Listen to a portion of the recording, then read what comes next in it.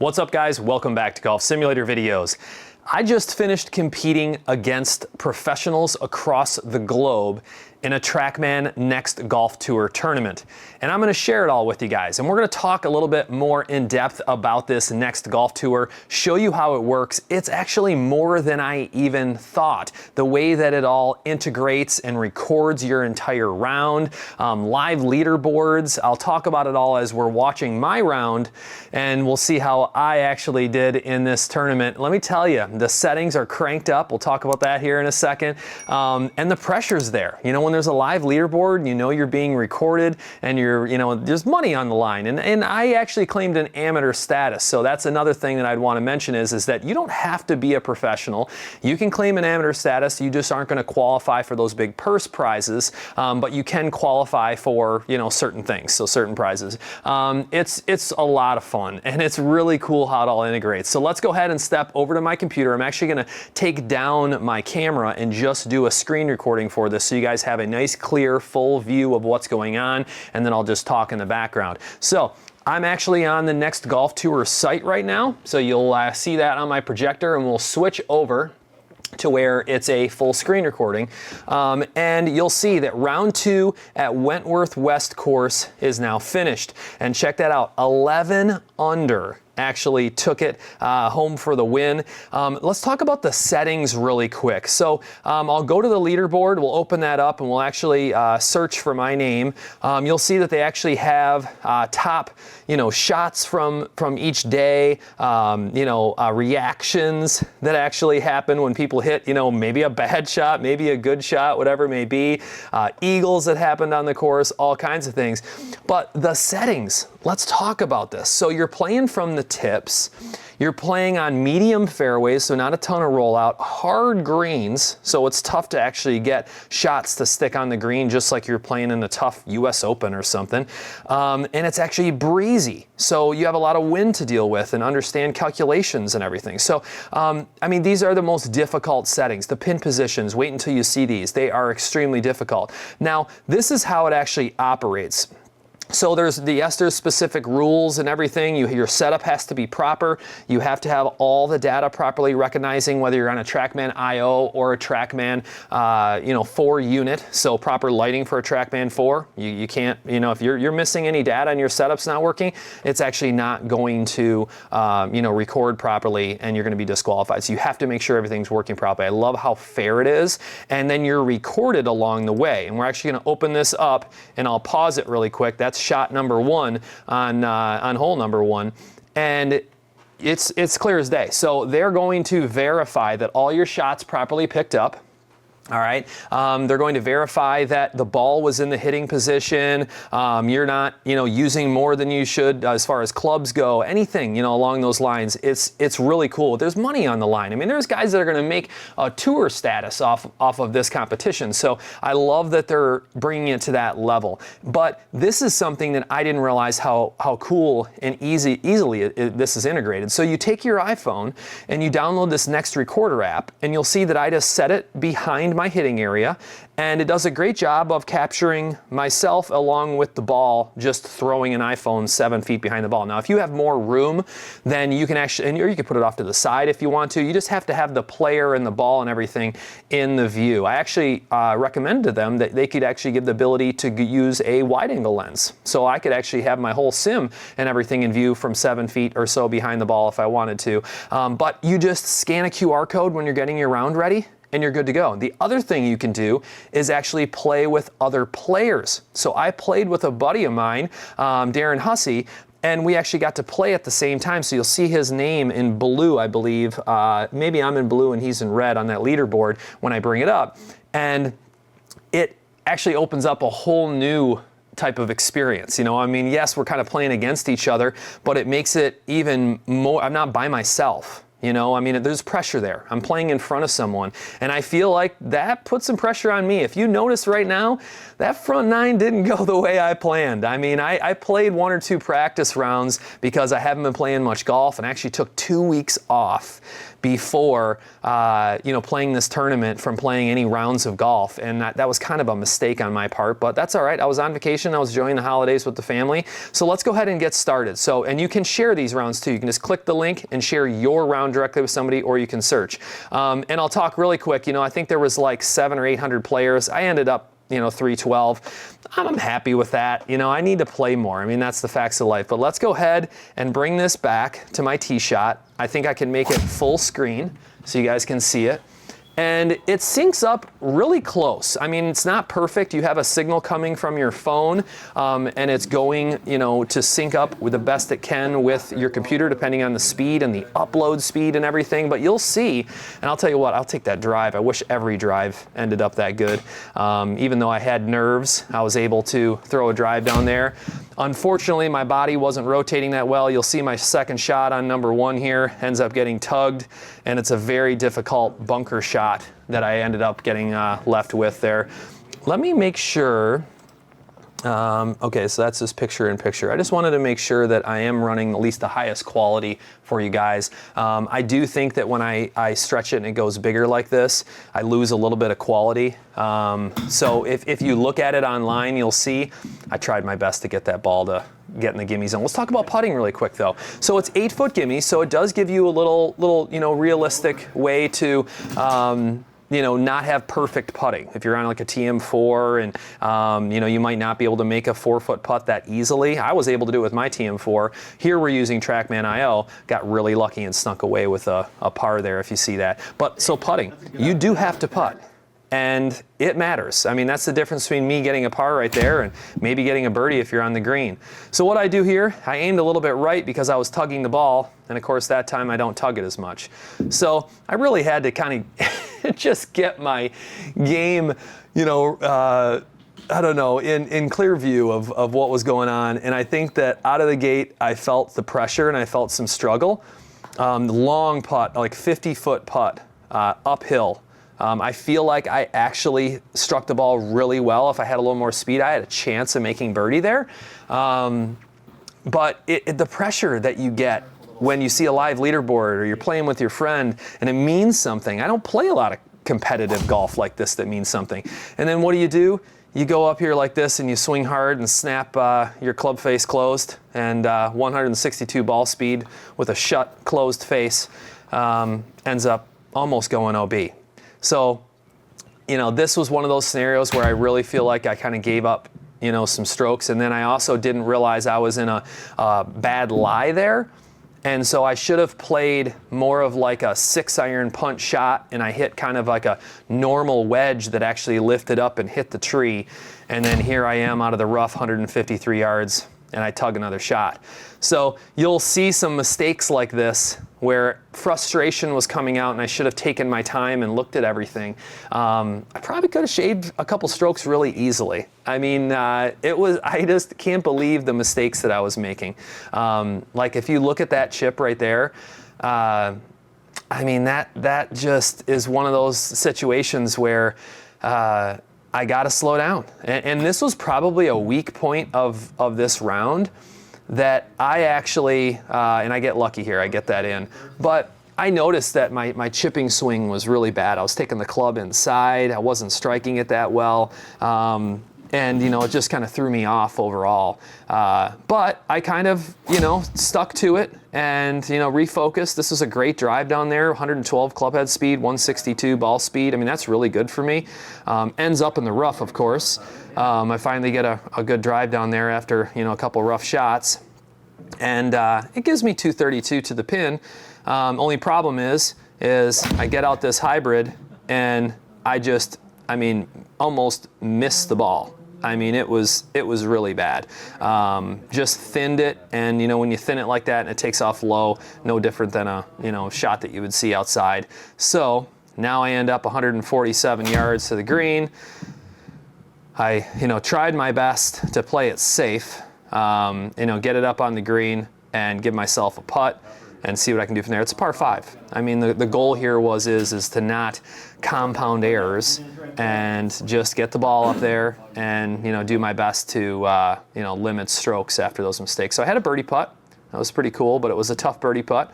You can see that, you know, I actually gave it a chance. And you'll see that gimme zone. Look how close these pins are to the edge of the green.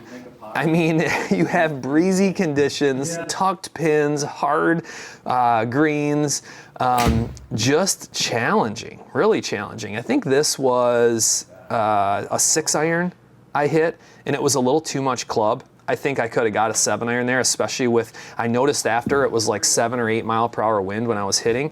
And that once again, I think I just need to slow down and pay attention to everything like I would if I was on a real golf course. I mean, I'm paying attention to win, and maybe that was a little bit of a downfall having a friend you're playing with, and this was incredible. It's like almost a 100-foot putt. I had no idea how to hit this. Sure enough, I hit it perfect. We were laughing about that. So it makes it fun playing with somebody. At the same time, I enjoy it enough to where I think it distracts me, if that makes sense. I think that, you know, we get talking and laughing, whatever it may be. You'll see later on I'm laughing. And yes, I made swing errors. I mean, that was another good swing. I just, you know, probably closed the face a little too much. But some of those shots that I need to pay attention to, you know, as far as wind goes and everything else, and, you know, play my miss. You know, I was tugging irons a little bit. You can see a lot of these irons are my body's not rotating, and it's a big inside-out swing, and, you know, I'm not in my best right here as far as my irons go. And if I were to just slow down and play that a little better, let alone my terrible chipping strokes that day, I think that I could have easily shaved and been close to even par. I mean, I'd say 4 strokes from simple mistakes versus when I normally play. And don't get me wrong, I don't normally play this difficult of conditions, but a little putt like that goes in, that saves the stroke. Pay attention, get it closer to the, you know, gimme zone or in the gimme zone. I mean, it would be really easy to shave a lot of strokes just from, you know, these little compound errors. This, I thought I was playing right, and I think I should have almost aimed a little further right. Just didn't, you know, remember this hole enough. It was actually exactly what I was trying to do. I mean, I hit a nice smooth 3 hybrid. It was going to roll down the hill, and then what do? I end up, you know, just hitting a little bit too far left. Now there, I don't think I paid close enough attention to the deduction in the rough and just didn't hit it crisp. And between those two things, I end up short in the sand. So once again, compounding a couple little errors there. Really difficult sand shot. Wanted to make sure I got it on the green. And then you'll see there, almost played the backstop with the spin and got it in the gimme zone, but it left me with 11.8 you know, feet to the pin. So had to get out the putter again. And you can see it was a pretty crazy break. I took it too far to the left, and here we go again. We throw a bogey up on the board, and it was honestly too bad. I mean, that was another hole where, you know, compounding errors just really were getting frustrating. I stuck to it, slowed down my swing a little bit on this hole because you don't want to crush it, and made a nice straight shot, but end up in, you know, the deep rough over there. Actually, it was just rough. My apologies, not deep rough, but. And it's a difficult par 4. The whole goal here is just to walk away unscathed, in my opinion. Left this one a little bit short, but I was trying my best to give my body a second to rotate because I just was not flexible at all, and didn't want to yank the ball into the water. You know, I mean, I knew that was my miss at this point, and I really needed to slow things down. So 31.9 with 2 inches uphill. So I gave it my all. And I feel like I was even right on line, and just did not give it enough, didn't get it to the hole. So that was a little disappointing.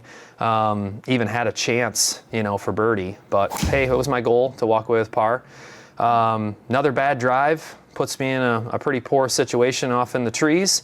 And I was trying to steer that drive. That's probably my fault. I hit a straight one last time, so I tried to steer this one like the one before, and I should have just made a normal swing. I ended up, snapping that face shut. That's my miss. And, when I'm inside out, my body's not rotating. That's an issue. And then what do? I end up punching it out of those trees too far to the right, and I got really lucky, honestly. You can see that I came short of that tree and had a clear, look at it. And so gave myself a chance to at least get up on the green and then leave a difficult, putt after getting it up on the green. So I didn't want to have a chance of being a branch up there, but I really should have hit that harder, maybe played more of a punch shot. So here I am putting for par, and I end up leaving it short right. A lot of short putts, and I think that's just the timid side of me, wanting to make sure it gets into the gimme zone. So now it leaves me 5 over par going into the back 9. On the 10th, I feel like this was actually a decent swing. Don't get me wrong. I mean, I'm still playing that draw, which can end up into a big pull, but I thought that this was just a nice shot. Kind of played the back of the green a little bit there. It definitely was a 6-iron that could have turned into a back left rough miss, but I felt like I played it right. And then I finally sunk a putt and made birdie.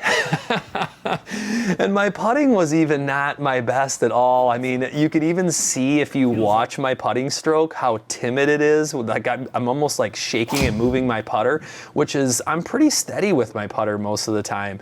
And I just get nerves when it means something. I mean, here I am showing you guys, my weakness here on that front 9. I got more comfortable on the back, as you could see in the scorecard. I think that I just started to focus more on, what my lie was, what the wind was, just making a shot that mattered. Doesn't mean I didn't make errors like that. I think that the variable, that's like penalties really matter. And it will give you like 85 to 65 or something where, it's like, let's say it's a 15-yard difference. I mean, usually it's not 85 to 65, probably 70 to 85. But check that out. I stuck to it, made a great greenside bunker shot, and made gimme and walked away. I mean, that was the key, right? But like that fairway bunker, absolutely penalizing. And then here I am again, missing a drive. It was probably my weakness of the day was driving. I just, didn't commit to a swing. I mean, you'll see some of them in there were committed, but when I was missing those, it really left me with, some challenging drives that I just missed left. And there's trees in play when you miss it. I mean, you can't get away with that. And when you're coming so far inside out and you close your face down and you're losing launch and the ball's going left, it's a bad miss. So yeah, I struggled with that miss almost all day long. And you can see I punched out as best I could with a fairway wood and then just missed the green. So 21 yards to the pin on a greenside bunker again and stuck to it. I mean, these are tough shots and it's a par 5 and I was able to, just manage to get that thing up there and look how close it is to the pin. I mean, so my scrambling, from these greenside bunkers and everything on the back 9, I just felt better and I started to gain confidence because I wasn't getting bogeys, from some of these mistakes. I loosened up my driver a little bit. I feel like rather than snapping them shut and then what do?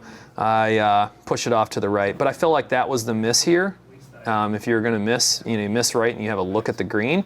So at least I had that. It's just I don't think I realized that it was going to be so tough. But I snuck it out and managed to get right up there on the left side barely and left myself just a little chip or putt. I don't remember if I ended up putting this. I think you can putt off the fairway. You just switch to putter.